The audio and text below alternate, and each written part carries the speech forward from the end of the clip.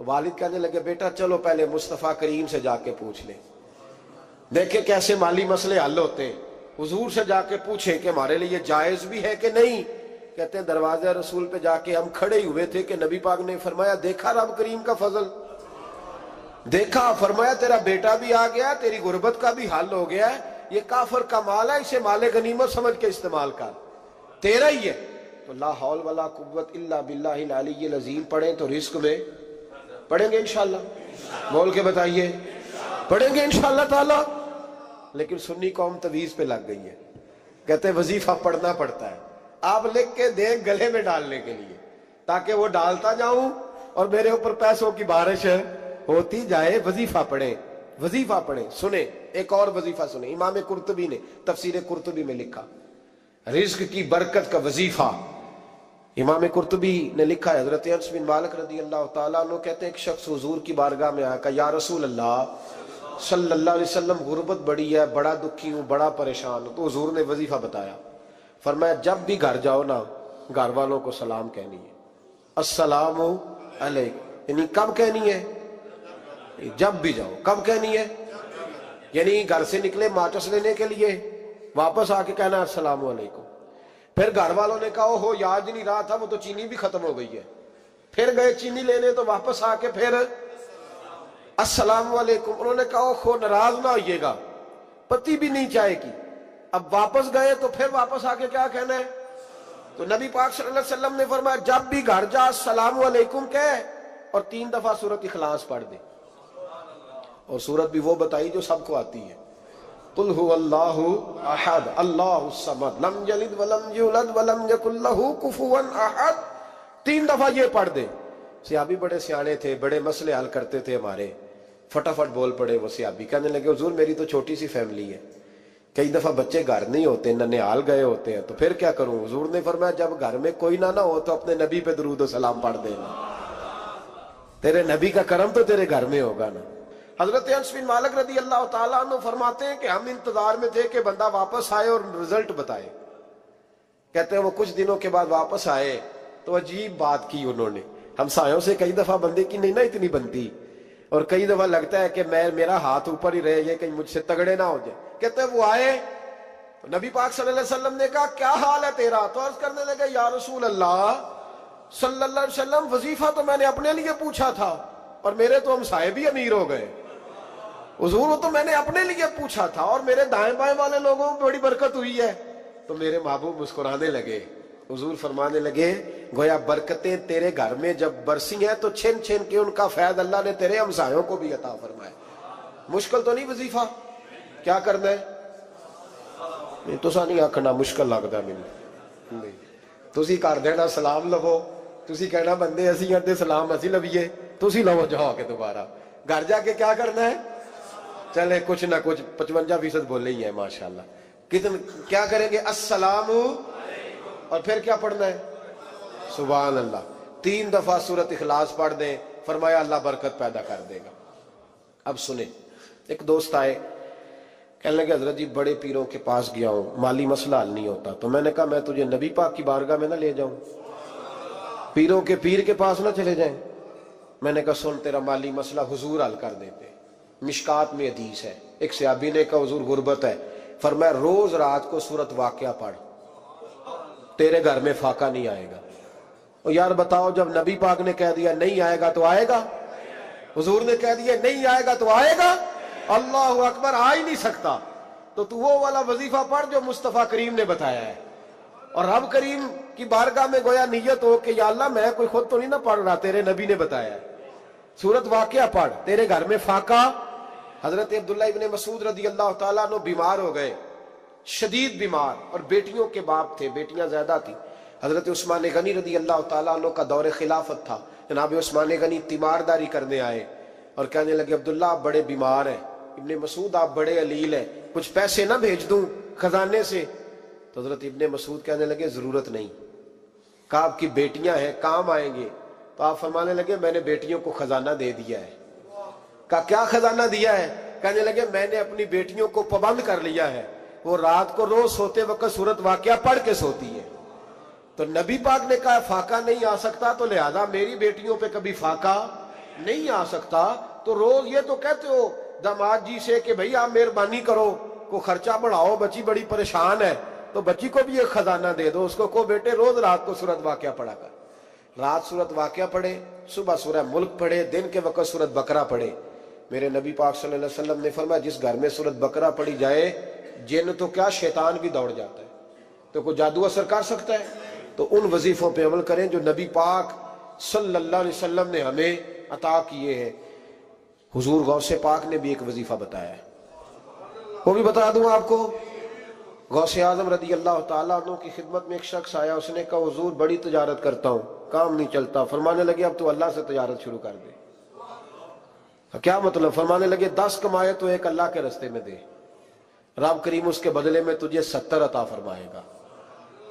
اس نے کہا حضور اس طرح کروں؟ فرمایا تو یہ کر کے دیکھ، عبد القادر جیلانی وعدہ کرتا ہے اللہ تیری مدد کرے گا۔ غلام کہتے ہیں وہ 6 مہینے کے بعد آیا، پہلے جب آیا تھا تو پیدل آیا تھا، 6 ماہ کے بعد آیا تو 6 اونٹ تھے اس کے پاس، اور آ کے حاضر ہوا تو کہنے لگا حضور زندگی پتہ نہیں کہاں گزار دی، کاروبار کا تو مزہ ہی اب آیا ہے، اب مزہ آیا ہے کاروبار کرنے کا، اب مزہ آیا ہے۔ کہا 10 میں سے 1 دیتا ہوں، پتہ نہیں کتنا مہربان ہے۔ اور یہ آیت ہے وَيَرْزُقْهُ مِنْ حَيْثُ لَا يَحْتَسِبُ، تجھے وہاں سے دے گا کہ تیرا کبھی گمان بھی نہیں گیا ہوگا۔ روحانی معاملات کو بھی ضرور شامل حال رکھیں، اور مال مانگے اس سے جو بے حساب دیتا ہے۔ فرمایا سویرے پرندے بھی نکل جاتے ہیں اور شام کو جب لوٹتے ہیں تو اللہ انہیں پیٹ بھر کے روزی عطا فرماتا ہے، حالانکہ ان کو نہیں پتا ہوتا ہمارا کارخانہ کہاں ہے، ہم نے کہاں جا کے مزدوری کرنی ہے، ان کو نہیں پتا ہوتا کہ ہمارا دفتر کہاں ہے، ہم نے کس آفس میں بیٹھنا ہے، ان کو نہیں پتا ہوتا کہ ہم نے کہاں جا کے مال خریدنا ہے اور کہاں سے ہم نے پھر اس کو دوبارہ بیچنا ہے، انہیں خبر نہیں ہوتی۔ اللہ پہ بھروسہ کر کے نکل جاتے ہیں، نکلنا تو تیرے ذمہ ہے کہ نہیں۔ فرمایا وہ تو ڈیوٹی کر، شام کو اللہ جو رب پرندوں کو روزی دیتا ہے وہ تجھے بھی عطا فرمائے گا۔ میں کہتا ہوں سوچ کتنی کمزور ہے اس آدمی کی جو کہتا ہے کیسے ملے گا، کتنی کمزور سوچ ہے۔ جو رب بیل کو روزی دیتا ہے، بکری کو روزی دیتا ہے، اس زمین اس دھرتی پہ اگر بسنے والا اونٹ بھوکا نہیں سوتا، چلیں یہ تو پالتو جانور ہوتے ہیں، اس دھرتی پر بسنے والی اگر بلی اور کتا روٹی کھا کے سوتے ہیں تو اشرف المخلوقات ہے۔ تو نے اپنے ذہن میں کیا ٹینشن پال لیا ہے کہ نہیں آئے گا تو مر جاؤں گا، کیا بنے گا، کس طرح ہوگا، تو کیوں اتنا پریشان ہو گیا؟ بھائی مالی پریشانی سب سے زیادہ اس بندے نے اوڑھ لی ہے جس کی توکل کی بات کمزور ہو گئی ہے۔ تو سیدھی توجہ اپنے رب کریم کی جانب رکھ، سیدھی توجہ اللہ کی جانب کر۔ رب فرماتا ہے ذمہ تیرا نہیں، ذمہ میرا ہے۔ لیکن تنخواہ ایک آتی ہے گھر میں، جب ایک بچہ ہوتا ہے تو تب بھی کام چلتا ہے، جب اللہ 2 بچے دے دے پھر بھی اس تنخواہ سے کام چلتا ہے، جب 3 ہو جائیں پھر بھی چلتا ہے، جب 4 ہو جائیں نہیں آپ نہ بھی بولے تو بات تو صحیح ہے، بہرحال کام پھر بھی چلے۔ اسی تنخواہ میں سے جب بندہ بڑے بیٹے کی شادی کر کے بہو بیاہ کے لے آئے تو پھر بھی کام چلتا ہے، اور جب اس بیٹے کو اللہ بچے عطا کر دے تو اسی گھر میں، اسی آنگن میں، اسی چھت کے نیچے کام چلتا ہے۔ تو پھر تو مان جانا کہ چلانے والا تو نہیں، چلانے والا کوئی اور ہے، پھر تو مان جا کے چلانے والا کوئی تو اس وقت جب تنخواہ تیری لگی تھی تو کہتا تھا ابا ابھی میری شادی نہ کر، میں بیوی کو کیسے کھلاؤں گا؟ تو وہی شخص ہے جس کی چھت کے نیچے پھر 1.5 درجن پوتے بھی پل رہے اور گزارا ان کا بھی ہو رہا ہے۔ تو رزق کا ذمہ کس کا ہے؟ اللہ کا، اللہ کا ذمہ۔ اب ہمیں پتہ ہے پہلی بات تو پریشانی اس لیے اتار دینی چاہیے کہ ذمہ ہمارا ہے ہی نہیں۔ اب دوسری بات یہ کہ ذمہ داری کس کی ہے؟ اللہ حکیم بھی ہے اور علیم بھی ہے، حکیم بھی ہے اور جانتا بھی ہے اور اسے پتا بھی ہے کہ دینا کس طرح ہے۔ اب ہم پتہ کیا کہتے ہیں؟ کہتے ہیں وہ جو بندہ پجاروں میں بیٹھا ہے وہاں اسے نہیں بیٹھنا چاہیے تھا، وہ میرا حق تھا۔ تجھے زیادہ پتا ہے کہ اللہ کو؟ بول کے بتانا کس کو پتہ زیادہ ہے؟ کیوں جی؟ تو آپ اصل ٹینشن پتہ کب لگتی ہے؟ جب بندے کہتے ہیں نہیں وہ پجاروں میری تھی، میرا حق تھا۔ وہ جب گزرتی ہے نا پاس سے مہران کے تو مہران والا ٹینشن بڑی لیتا ہے، حالانکہ اللہ کو زیادہ پتا ہے کہ وہ حق۔ ایک بات اپنے ذہن میں یاد رکھ لیں، رٹ لیں، کہ جو میرے لیے بہتر تھا میرے رب نے مجھے دے دیا، تو بات ختم ہو گئی۔ بس وصل اچھا ہے نا فراق اچھا ہے، یار جس حال میں رکھے وہی حال اچھا ہے۔ بس جو میرے حق میں بہتر تھا میرے رب نے مجھے، مسئلہ یہ ہے کہ تو اس پہ راضی ہونے کو تیار نہیں۔ حضرت علی کرم اللہ تعالیٰ وجہ الکریم نے میرے نبی پاک کی ایک حدیث بیان کی ہے، اور جناب علی جب یہ حدیث بیان کیا کرتے تھے تو حضرت مجاہد فرماتے ہیں یوں لگتا تھا کہ جیسے حضرت علی ہمیں ہر پریشانی سے نکال رہے ہیں۔ مولا علی شیر خدا رضی اللہ تعالیٰ عنہ فرماتے ہیں کہ مجھے میرے نبی پاک صلی اللہ علیہ وسلم نے ایک طریقہ دیا تھا ٹینشن فری ہونے کا۔ آپ فرماتے ہیں مجھے تو بڑا راس آیا ہے، تم بھی اگر کر لو گے تو تمہیں بھی فائدہ دے گا۔ کہا وہ کیا؟ حضرت علی کہنے لگے محبوب علیہ السلام نے فرمایا تھا لوگوں تم اللہ کے دیے ہوئے تھوڑے رزق پہ راضی ہو جاؤ، وہ تمہاری تھوڑی عبادت سے تم سے راضی ہو جایا کرے گا۔ بس تم 2 نفل بھی پڑھو گے تو اللہ راضی ہو جائے گا، تم 1 رکوع بھی سویرے اٹھ کے پڑھو گے تو وہ راضی ہو جائے گا، وہ تمہارے 313 درود شریف سے راضی ہو جائے گا، تم اس کے دیے ہوئے تھوڑے رزق سے راضی ہو جاؤ۔ ٹینشن اس لیے ہوتی ہے کہ ہم راضی نہیں جو اس نے ہمیں دیا ہے۔ وہ حل میں مزید کی جو دوڑ ہے نا، حل میں مزید کی، بے قدرہ کچھ قدر نہ جاتی، کیتی خوب تسلی ہو، دنیا دار پجاری زردے کتیاں دے گل ٹلی ہو، بک بک روشن اکھیاں تکیو ویک حویلی کلی ہو، تے کوچ نصیر اساں جد کیتی پہ جانی تھر تھلی ہو۔ تو یاد رکھیں یہ جو ہے نا مصیبت کے مال آ کیوں نہیں رہا، وہ سامنے والا پلاٹ میرے گھر کے سامنے ہے گھر کے سامنے، پر رجسٹری میرے نام کیوں نہیں؟ یہ مصیبت سانس نہیں لینے دیتی۔ موٹر سائیکل کھڑی کرتا ہے نا جب آ کے دکان سے روٹی کھانے آتا ہے، دفتر سے گھر آتا ہے، کاروبار سے آتا ہے، تو جہاں موٹر سائیکل کھڑی کرتا ہے وہ ٹینشن بڑی ہے کہ کبھی میری ہو جائے نا یہ والی جگہ، تو میں یہاں بھی بورڈ لگاؤں اپنے نام۔ اس نے مالی پریشانی پیدا کی۔ تو جس حال میں ہے، کیونکہ تو نے اپنا یہ حال خود نہیں بنایا، جس نے بنایا ہے وہ بڑا بہتر جانتا تھا کہ تو اسی حال میں اسے اچھا لگتا ہے۔ تو اسے اسی حال میں، ایک بزرگ تھے تو ان کی طبیعت بڑی علیل ہو گئی، بیمار ہو گئے، تو اللہ نے آزمائش دی تو کیڑے پڑ گئے وجود میں۔ ایک کیڑا یہاں سے کھا رہا تھا، اللہ والے بڑے راضی رہتے ہیں اس کی رضا پہ، تو کیڑا یہاں کھا رہا تھا تو نیچے گر گیا، تو بابا جی نے اٹھا کے پھر وہاں رکھ لیا۔ کہنے لگے جب اس نے تیری ڈیوٹی مجھے کھانے کی لگائی ہے تو میں اس بات پہ راضی ہوں، تو نیچے کیوں گرتا ہے؟ بٹ ٹھیک ہے کھا، جب اس نے تجھے ڈیوٹی جو تیری لگائی۔ سالبہ بن عبد الرحمن ایک صحابی تھے، سالبہ غالباً، نبی پاک صلی اللہ علیہ وسلم کی خدمت میں آئے، کہنے لگے یا رسول اللہ صلی اللہ علیہ وسلم غربت بڑی ہے، میرے لیے دعا کریں اللہ زیادہ مال دے۔ تو محبوب صلی اللہ علیہ وسلم نے فرمایا تو جس حال میں اچھا ہے وہ تیرے لیے بہتر ہے، اس میں تو ہے وہی حال تیرے لیے۔ مشکل ہے نا یہ جواب سننا۔ کہتے پیر صاحب فلان جگہ سے تویز آیا، وہاں تو وارے نے آرے ہو گئے، تو آپ کے ہاں؟ تو میں کہتا ہوں یہ تویز دینے والا اگر تویز دے کے امیر بناتا ہے تو پہلے خود کیوں نہیں بنتا؟ یہ خود تو 150 کا تویز بیچ رہا ہے، اپنی بیچارے کی حالت یہ ہے۔ اگر اتنا ہی تویز اس کا چلتا ہوتا تو پہلے 5 پجارو اس کے دروازے پہ کھڑی ہوتی۔ عجیب چکر ہے، اور عجیب جگہ لوگ الجھ گئے، سمجھتے ہی نہیں بات کو۔ یا رسول اللہ صلی اللہ علیہ وسلم دعا کر دے، تو محبوب نے کیا فرمایا؟ فرمایا تو جس حال میں ہے نا وہ حال تیرے لیے بہتر ہے، اسی میں رہ۔ کہ نہیں حضور دعا کرے۔ فرمایا سالبہ تو باز آ جا۔ حضور دعا کرے۔ فرمایا تو باز آ جا۔ 2-3 دفعہ کہا، ضد کی۔ محبوب نے فرمایا جا، پھر اللہ تجھے زیادہ پیسے دے گا۔ چند بکریاں خریدی، اتنی برکت ہوئی کہ بکریوں کے ریوڑ بن گئے۔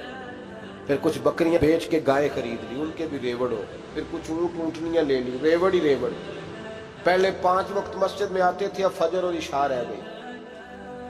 پھر مال زیادہ ہوا تو مدینے شہر میں کوئی جگہ ہی نہیں، مدینے سے باہر حویلی خریدی، پھر جمعہ ہی رہ گیا۔ جمعے کے جمعے آتے، زکوٰۃ کا حکم آیا۔ میرے نبی کریم علیہ السلام نے حضرت ابو ہریرہ کو بھیجا، فرمایا جا اسے کہہ تیری زکوٰۃ بنتی ہے 2.5%۔ 10 کروڑ روپیہ ہو تو کتنی زکوٰۃ بنتی؟ بھئی 1 کروڑ کی 2.5 لاکھ ہوئی نا، تو 10 کروڑ کی کتنی ہوئی؟ تو بڑی مصیبت ہے جب بینک سے میسج آتا ہے نا کہ 25 لاکھ نکل گیا تیرے اکاؤنٹ سے، بہت بڑی مصیبت، بڑی ٹینشن ہوتی ہے۔ ایک صاحب میرے پاس آئے، ان کی زمین اچانک مہنگی ہو گئی،